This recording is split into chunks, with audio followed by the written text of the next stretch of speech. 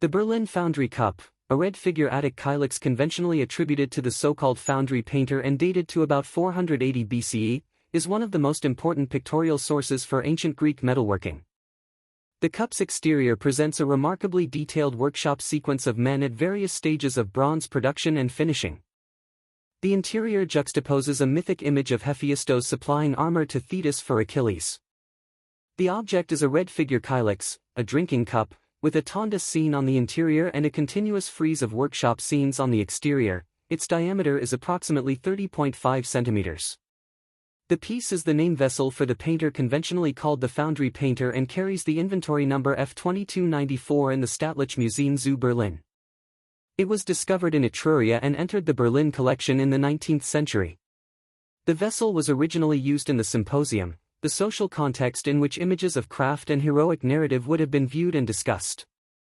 The cup's interior, the tonda, depicts a literary scene drawn from the Iliad. Hephaestus presents newly made armor to Thetis for her son Achilles, who is absent but the recipient of the gifts.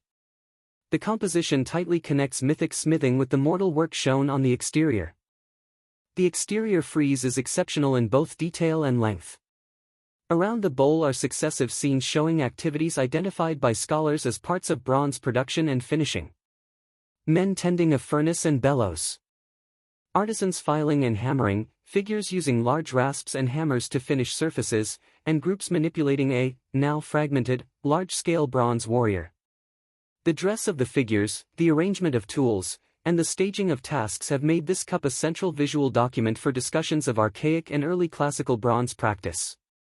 Because it shows so many discrete operations, the foundry cup has been used by art historians and archaeometallurgists as a primary source for reconstructing Bronze Age and archaic Greek casting technology and workshop practice. Recently, scholars have re-examined individual elements of the frieze. A recent reviewing argues that while one side of the frieze more plausibly depicts the finishing and assembly of a large bronze statue, the other side, long interpreted as joining statue parts, may instead show the deliberate breaking up of a bronze figure for remelting, perhaps in response to urgent military need. Thus, the cup functions not only as a technical manual in paint but also as a visual commentary on the vulnerability of material culture in times of war. Close study of the painted tools and apparatus, furnaces, bellows, tongs, hammers, and finishing tools, has given scholars points of comparison with archaeological finds and later textual sources. The cup dates to the late Archaic period, commonly placed around 490 or 480 BCE. Its discovery at Vulci conforms to the wider pattern of Attic painted ware exported to Etruria in the 6th and 5th centuries BCE. Since its acquisition by the Berlin collection in the 1830s, the object has attracted continuous scholarly attention, both for its artistic merit and for the rare technical detail it preserves.